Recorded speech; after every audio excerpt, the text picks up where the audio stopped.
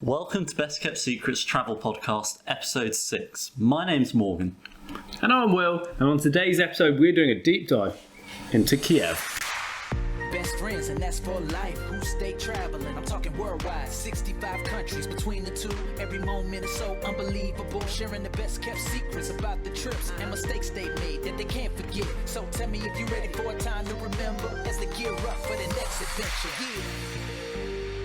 Yeah. Woo! Best kept secrets travel.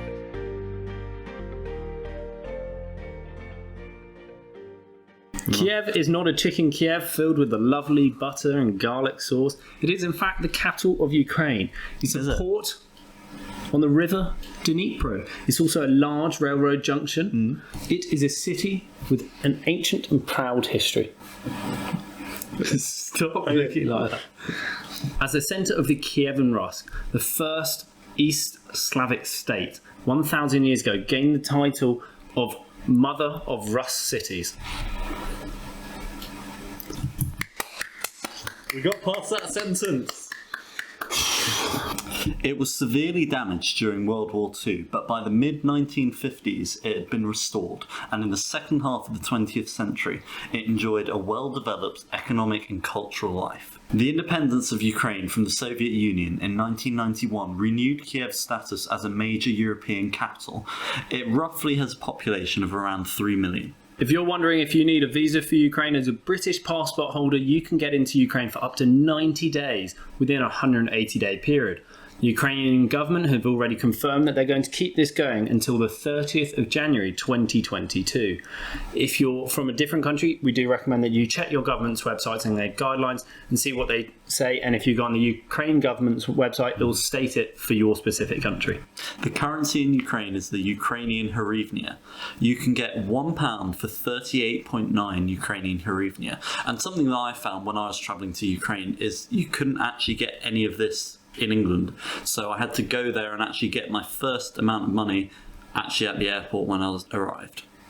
Words. In quite a few of our episodes we will mention that we love to use our Monzo cards. One of the massive benefits so far is that when you're trying to take money out of a hole in a wall, that you get a daily limit. I believe it's currently up to £250 without having a massive fee, and it's going to give you the best value for money transfer between British pounds into the currency that you're at.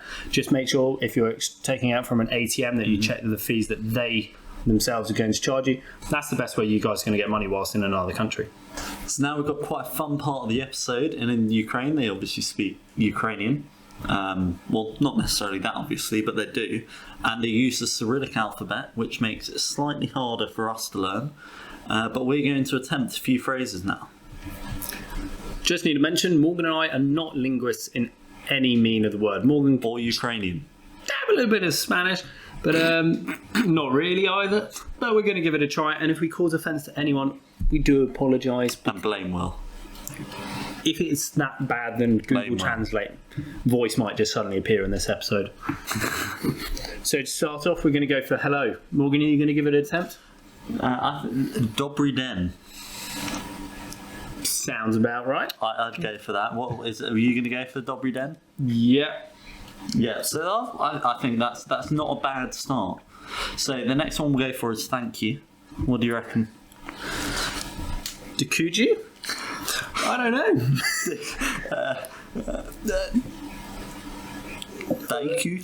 Daikuji. We are single-handedly slaughtering a language. I think that might happen a few times during these deep dives. Daikuji. Alright, I'm going for. Now Morgan's going to attempt, excuse me. Vybaczcie. Could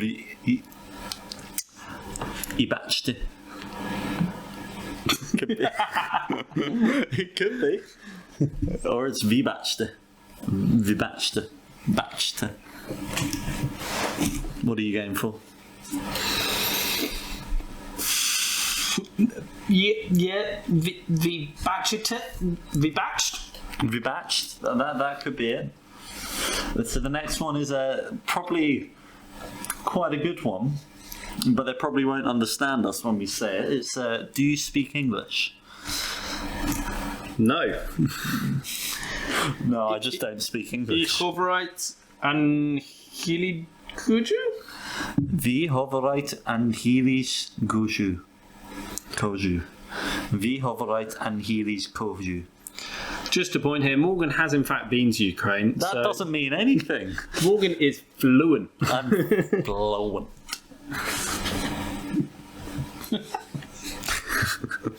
Next one I think we got. The next one I think we got is yes. Tack. Nee. That's wrong.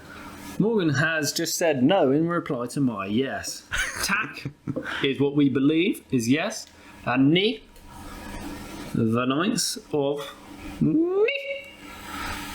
Now the next one is of course our favourite phrase, and it is how much is a beer? It rolls off the tongue. Every language we know this phrase. I think we need to stick a stereotype accent on it, because that's just going to really encourage you when you're in a bar and you're just going to say Skilki kosztuje piwo. Skilki kosztuje piwo. Skilki kosztuje piwo. Sounds about right. Skilki kosztuje piwo. Let's just hope a pint of beer turns up. Tack. No! Oh, okay, so the next one, give it a go. Do you know what this means? Yes. So I have no idea what this means, so Morgan is probably throwing me under the bus, and I'm going to go for it anyway. No, I don't mind saying it first. Tajduzi simpacina divchina? Ti duży sympacina divchina. It's you are a very pretty girl. With hair that long, it's close. One of the things that you guys might be wondering is your packing list. When you're packing for any holiday, you just need to know what kind of activities you're doing. Because we're talking about Kyiv in particular, which is Ukrainian city, we would count this as a city break. So you might be wanting to go out to bars, clubs, restaurants, just a little bit of sightseeing. So you can actually wear a lot more casual clothing. If you are looking at making the trip out to Chernobyl, which Morgan did in fact do, then it is required that you do wear a lot of long clothing, good shoes. Mm-hmm. And then that's really all that you need. Other than that, you can sort of bring along what you want. We do recommend that you try and pack just one backpack, because then it makes you a lot more mobile. It's a lot quicker through the airport, like we speak about in our other episodes. One thing to note with the Ukrainian language is because it's the Cyrillic alphabet, you're not actually going to be able to read road signs or quite often train signs, which does make travelling around when you're not in the major cities or the major areas actually quite difficult. And if you're trying to think how you guys might travel around the cities, then your best two options are actually the metro or using Ubers. They're both fairly cheap in the area. The benefit of Uber is you don't need to attempt, as Morgan's just say, to read any signs. It'll be a lot easier if you go A to B, just using a map. Just make sure you feel comfortable getting into any car that you're getting into. And if you don't know any Ukrainian, and we didn't help you learn any Ukrainian, have you heard of Ukrainian as a language? No? No. If we haven't helped, which I'm sure obviously we have helped, teach you some Ukrainian words. If we haven't, unfortunately, which obviously not going to happen, they actually do speak Russian. A lot of people speak Russian in Ukraine. So if you don't know Ukrainian, let's hope you're fluent at Russian. Which is another easy language to learn. Da? Yeah. See, you knew what I was saying in Russian. One of the things, of course, we have to talk about are the local foods and drinks. Oh. Love some of the local foods and drinks. So the first one, which is a very common dish in sort of Ukraine, is borscht. Did you try it? I did. What was it like? I tried it in a bar. Actually, some Ukrainian people actually offered us to try it, and most importantly, what is borscht for the people? For the people, borscht is a hot beetroot. Borscht is a hot beetroot soup that satisfies both meat eaters and vegetarians, apparently. The dish comes in many shades of red depending on the kind of beet used. Deliciously flavoured with sour cream. Deliciously flavoured with sour cream or classic yogurt. Borscht is usually served with garlic donuts. Ooh. And I feel like it's quite a nice dish to have when you're hungover. Nice cough. What is This is a classic recipe. Excuse my pronunciation, but this is Holubtsi. There we are. It is a classic dish made using boiled cabbage, where you take every other leaf from the cabbage and then you fill it with boiled rice and your choice of meat. Odd leaves or even leaves? Your choice. Technically, every leaf on a cabbage is an odd leaf, and every leaf's an even leaf because it depends where you start. Wait, what? A variation of the dish is to use boiled vine leaves for the rolls. The rice can also be substituted with other cereals, mushrooms, Korean carrots, etc. Classic Holubtsi can be found in many restaurants in Ukraine and Kyiv, and on banquet menus too. Yeah. Ukrainians love salo. This well-established symbol of hospitality and wealth is usually served as an appetizer, but sometimes a fully fledged dish. So it has pork fat in it, and you put it on rye bread with spices or greens, and you have yourself a surprisingly healthy snack. Surprise! Why? Have any of you guys viewing us today heard of Spotty Cat? No. If not, it is a sweet Ukrainian beverage. It was established in the 18th century and it improved constantly through the time, and then it peaked its top form in the next century. The original technique of manufacturing was heating up the ingredients. The drink is prepared with berries, spices and vodka and infused for 2 weeks. There are 4 different kinds of Spotty Cat: berry, lemon, mint and rowan berry. In addition, it has a particular psychological impact in that those who try it become totally relaxed and stumble. Spotty Cat too. If you guys want us to try and do a quick episode on how to make Spotty Cat, and it'll be our first time trying it as well, please comment below, and whilst you're down there, click subscribe, ring that notification bell and give this video a cheeky like. If you have any other feedback during this episode as well, please leave it below, but most importantly, get Will to have a haircut. Another important thing to talk about is how much it costs to travel to Ukraine. The average price of a beer is 25 Ukrainian hryvnia, which is the equivalent of 65p, which, if you ask me, is a very cheap beer. You can also stay in a mixed dorm for the equivalent of only £4. Well, if you buy it on Hostel World, it is just £4. Yeah? No? Okay. The metro around Kyiv is super cheap and a really good way to get around, as Will mentioned earlier, and you can get a ticket for as cheap as 2 Ukrainian hryvnia. Although, when I was there, it was actually quite hard to buy a ticket. That's the equivalent of around 6p for a train ticket. You worked that out, have you? Yeah, it's pretty easy. Yeah. I divided this by original bit by cost-benefit analysis. Cost-benefit analysis. But buying a ticket in the train station was actually something that I struggled at when I was there, because, as I said, they don't speak English, there's no English writing, so we couldn't even point at what we thought the correct ticket was. But we were fortunate enough to find someone in the queue who saw bumbling Englishmen who actually came and helped us and actually took us to our train, which was really nice of him. Yeah. That's pretty nice. It was fairly nice, yeah. Morgan, do you know what time it is? Chico time. It's Random Facts O'Clock. On Random Facts today, we are going to be talking about some amazing things in Kyiv. First up, we have arse. Arse, we have arse. I mean, that is... We have Arsenala. We have Arsenala. Okay. Arsenalna. We don't have arse, we have Arsenalna. Arsenalna, It is considered to be the deepest metro station in the world. It is located at a depth of 105 metres below the ground. Great. This is an even worse fact. Ukraine has the largest world supply of manganese ore. Wow, I'm in awe of that fact. No, I can't. Looks like I've killed Morgan with that pun, so I'm going to carry on and just crack out the other Random facts. Ukraine also actually holds one of the Guinness World Records for the world's largest via capacity champagne flute, which holds a whopping 56.25 litres. This record actually had to be not just producing the glass, but they also actually had to fill up the glass itself. Data from the WHO has Ukraine ranked at number 6 in the world by alcohol consumption, and they drink a whopping 13.9 litres a year per capita, which, if you ask me, doesn't actually sound like much. The national drink of Ukraine is called horilka, which actually directly means burning water, whereas vodka in Ukraine means little water.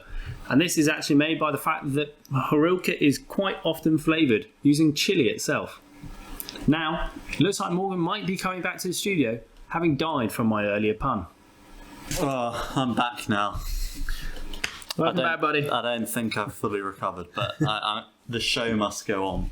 Whilst you guys are planning your trip to Ukraine, or Kyiv in this case, you might be wondering, what are the best things to see? So What are Morgan, they? what is the best thing to see? Oh, the best thing to see. The woman.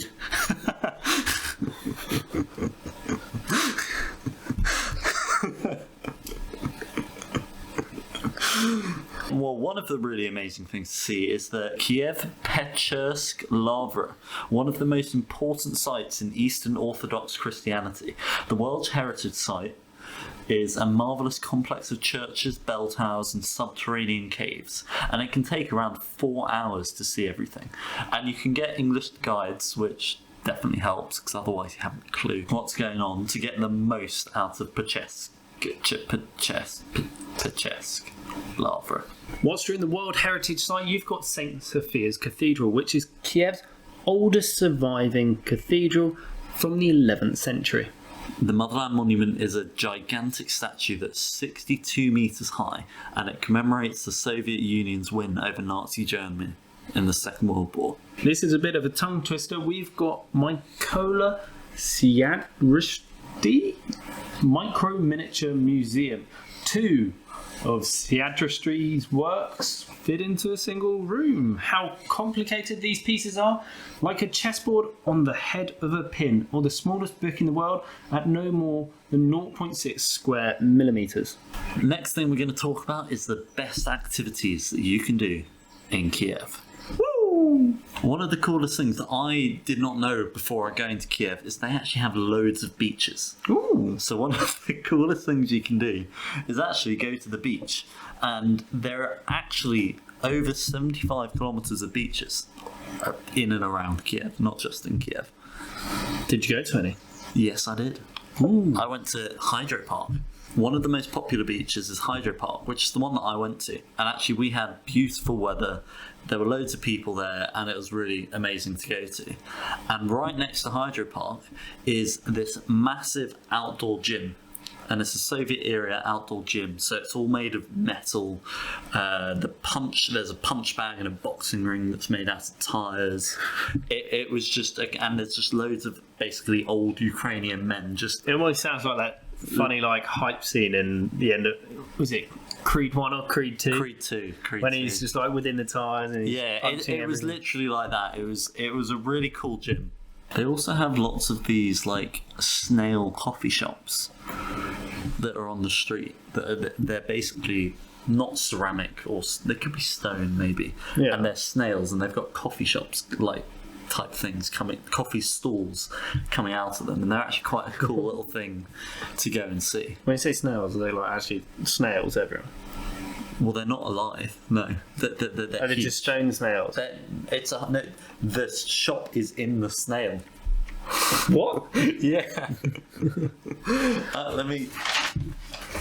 We will put a picture up. Why snails? I have no idea. But yeah, they're all in Kyiv, all these different shops. I've seen much nicer snails.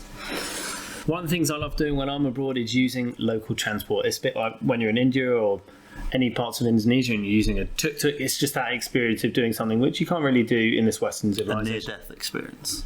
Exactly. So in Kyiv, one of the things that you can do is you can ride on a tram. It's not any tram, it's a retro cafe tram. So it's a perfect way to go sightseeing. It actually goes to the location of Pushka Vodist idea. Just buy a ticket, take your camera, enjoy a coffee or tea or whatever snacks they've got, and go sit on a city tram and enjoy it. It's something different. You can't do it anywhere else, so why wouldn't you do it? Why wouldn't you take the tram? Are you not a tram lover? I wonder if you can get some spotty cack on it. Which is a sweet Ukrainian beverage made from heating berries and lemon and other things, and vodka for 2 weeks. Will, best experiences in Kyiv? Personally, even though I'm not a massive football fan, but I just love all sports and I love going to different stadiums, you could go to the Olympic Stadium, which fits just over 70,000 fans. And that sounds like a lot. It's, just like going to Wembley or Twickenham in the UK. I think it'd be a great atmosphere and something which you don't get to do every day. Well, and I think it's a cultural experience like it is in Brazil and Colombia and Ukraine. Yeah, we've been to football games in Barcelona, Brazil, been to rugby games in Auckland. Exactly. Yeah, go see local sport. Just randomly pick a team. Try and make sure it's the home team, because then you're less likely to get attacked. So Morgan, you've been to Kyiv. What would you say your best experience was? So this is definitely a best kept secret.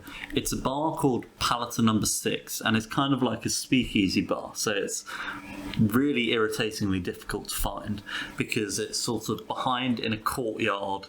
You know how you have in American shows, you have like around the back of a restaurant there's like steps down to the kitchen. Yeah, it was sort of like that. That's how you get in. So it was like almost underground and around the back, and there was no signs for it. But the reason that you must go to this place if you're ever in Kyiv is it's mental asylum themed. So all the shots you drink are out of test tubes. The bar staff are dressed up as sort of mental cases or doctors. And then this really interesting shot that you can do, which will definitely be putting a picture or even a video up, where you can put a helmet on and they give you this thing to wear, and then they set your head on fire. And whilst they've set your head on fire, you do shots and they hit you with a wrench, and then at the end of the shot, they pick up an empty barrel and hit you on the head with the barrel. And then after that, they put, I assume he drinks some sort of spirit, and then he blows on the fire, which then shoots out in a massive flame, which then happens, and then he grabs the fire off the helmet and high-fives you to put it out. Okay, if you guys do not believe that this is a real thing, what I'm going to do just for this, but what we're also going to do is I'm going to get Morgan to upload that video to YouTube, so you guys can actually click on a link in the description below now, so you guys can actually see the whole clip of Morgan getting hit by a barrel with a whatever on his head. Yeah, you can see Morgan getting hit in the link in the description below. So I recommend you go and click it now. And it was slightly unnerving because I had this Ukrainian guy that I just met chanting, "You're going to die. You're going to die," whilst I was doing it, which felt fantastic. If you're British like us and for some weird reason you really enjoy queuing and you want to queue until late or early in the morning until late at night, go try the Perepitchka. Do they roll their R's? Is a 100-meter long queue which will move very, very fast. It sounds thrilling, but right at the end is the Perepitchka, which is a type of street food. It sounds super simple because all of it is dough around the outside and a sausage through the middle. Is that a sausage roll, basically? It looks a bit like a glorified sausage roll, but with a doughy outside. Neither of us have tried it, but supposedly out there it's the rave thing to go and do. And as Morgan's just done, he read a review and said it tastes like a heart attack. That was to do with the Quins match. That was to do with the Harlequins match, but we're going to keep that. We have to keep that bit.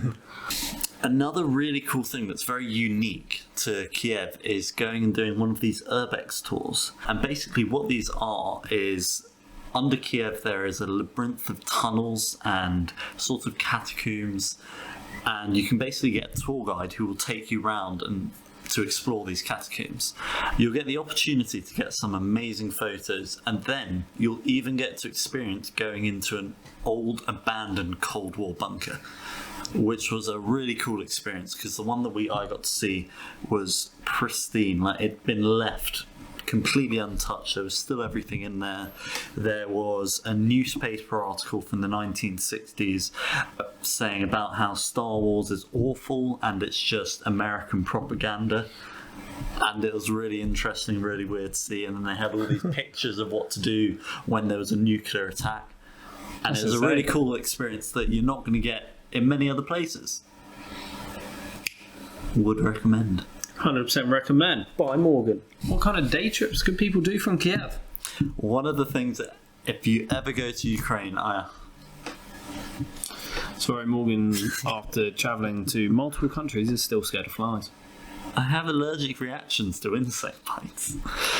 Anyway, one of the best day trips you can have, and I would actually recommend if you have the time going for at least 2 days, which is what I did, is actually going to the exclusion zone in Chernobyl, which we're going to talk about in a lot more detail in a further episode.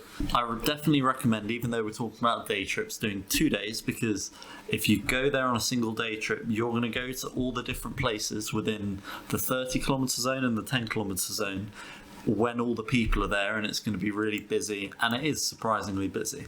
If you're there on the 2-day trip, you can go to all the popular places when no one else is there, and it makes your experience so much better. Zavalhak, the largest uninhabited island in the country, located in the Kherson region of Ukraine.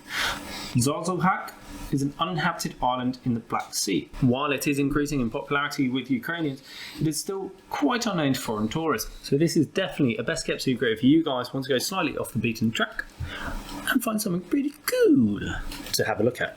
While it isn't the easiest place to get to, there are a few ferries to get to the island from the mainland, but sadly, if you want to stay overnight, you're going to have to camp. But it'd be pretty cool to be in the middle of nowhere. I don't think that's sadly. I think that's the best thing you got to do there. You got to camp.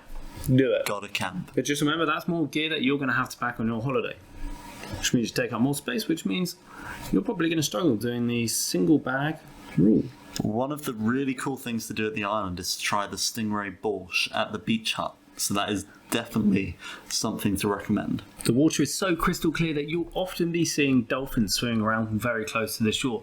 So if you like dolphins, if you want to try something new and you fancy camping overnight off the beaten track, this is the place to go. And I know in the last deep dive we talked about Australia and we mentioned the pink lakes there. There are also pink lakes in Ukraine. Ooh. Tell me about them, Morgan. In my opinion, the best pink lake is Arabatska Strilka, which is near Crimea, located in the Kherson region. This is a very popular beach destination for Ukrainians. A visit to Henichesk Lake should be on everyone's bucket list. If you're wondering why the lakes are pink, it's because all of this amazing bright pink algae is attracted to the really high salt content within all the lakes, just like in Australia. In fact, in Ukraine, you can actually buy buckets of this salt from these lakes, which is quite cool. So if you're looking for a really good long life present for your family, why not bring home a lovely bucket of salt? And we'd like to talk about today's sponsor of this video, Bucket of Salt from Ukraine. Not sponsored. Salty Walty Bucket of Salty. That's our new Today's brand. sponsors. BKStravel.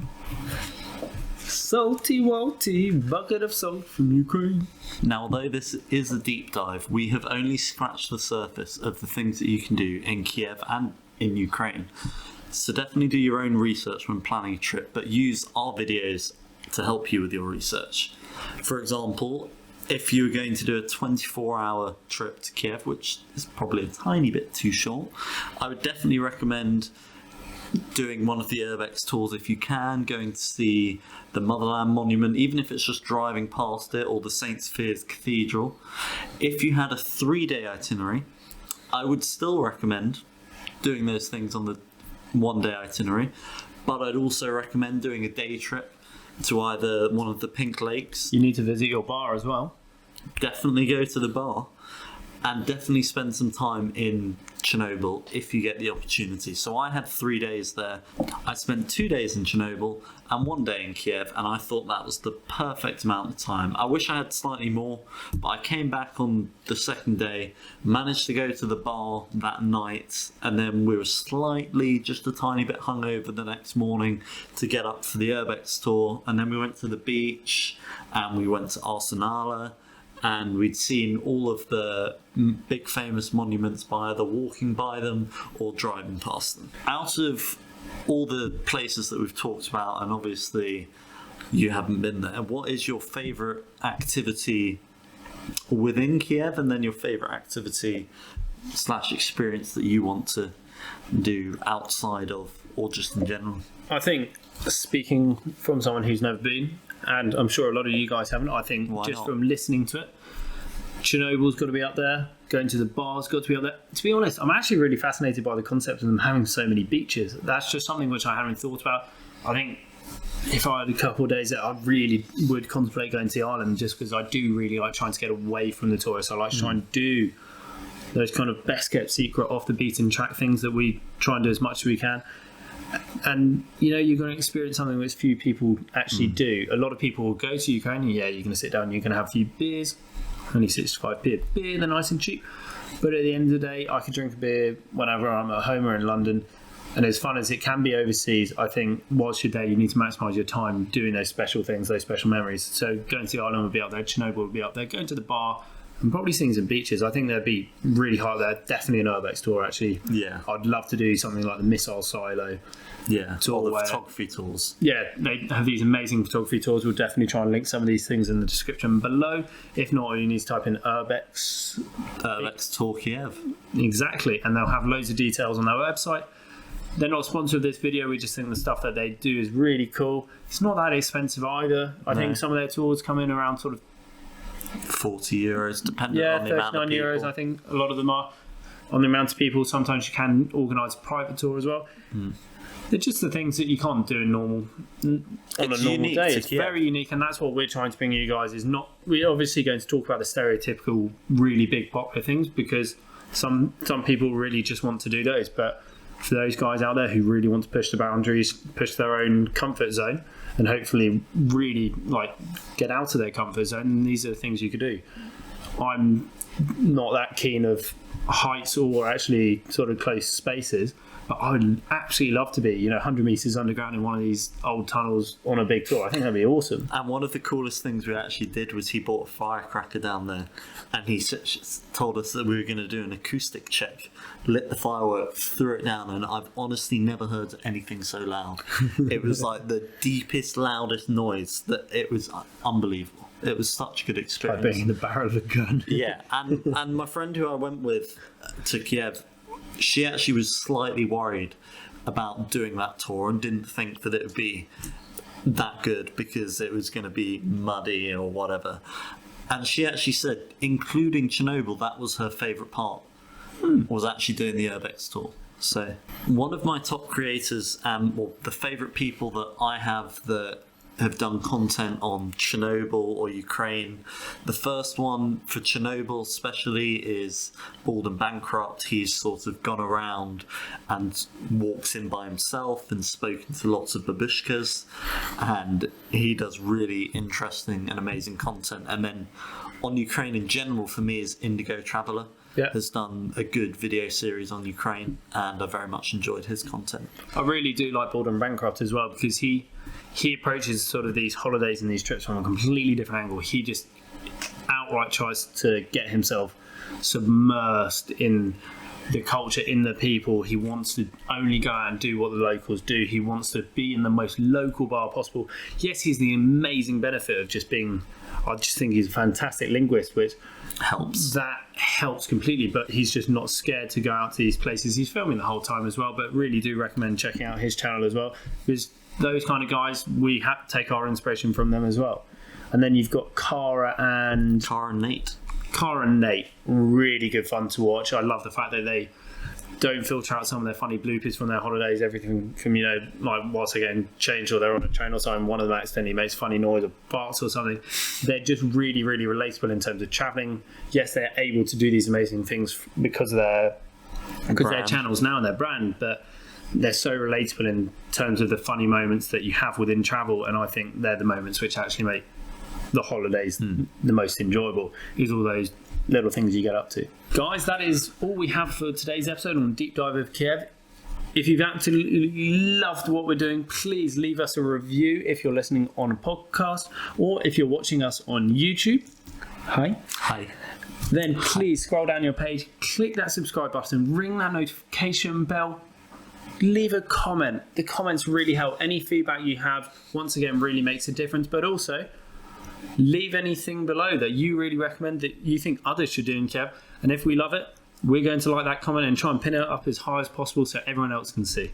The best way you can support us is by following us on all socials. So that's Best Kept Secrets Travel on all podcast platforms, YouTube and TikTok. And then it's the BKStravel on Instagram. So that's THEBKSTRAVEL on Instagram. Now, what I want you to do, as Will said, was comment your favourite place in Kyiv, from either if you've been there and if it's something we haven't mentioned, or if you haven't been there and it's something we have mentioned. We hope you guys have enjoyed this episode, and remember, keep travelling, keep pushing your comfort zone, and make sure you share this with your family and friends so we get lots of views and likes and everything, and more subscribers. Just push it out there, help us. Be a dromomaniac. Exactly, and we're going to have links in description below to all of our social media, including we've got our old tops on here of British backpackers, and we're going to be showing new stash at the end of the year. And you know what? Maybe. If you comment on this and you tell us the coolest thing that we haven't said to do in Kyiv, I will personally send you one of our limited edition tops or mugs or something cool. Is a just awesome prize. So Wow, I like that best prize. best comment or private message on either of our Instagrams, the British Backpackers or Best Kept Secret Travel. Coolest thing that we haven't said that you should do in Kyiv, send it, and we're going to send someone a prize. Because we want to know the best kept secrets. Now, Exactly. I think it's time to roll the outro. Roll! Yeah, let's make it happen. I hope that you can handle going on adventures, best kept secret travels. Yeah, all over the globe, having fun, you know the deal. Amazing secret locations, hang out with Morgan and Will. Educate and entertain, haggle in the market, sharing their experiences. Time to get it started. Let's go.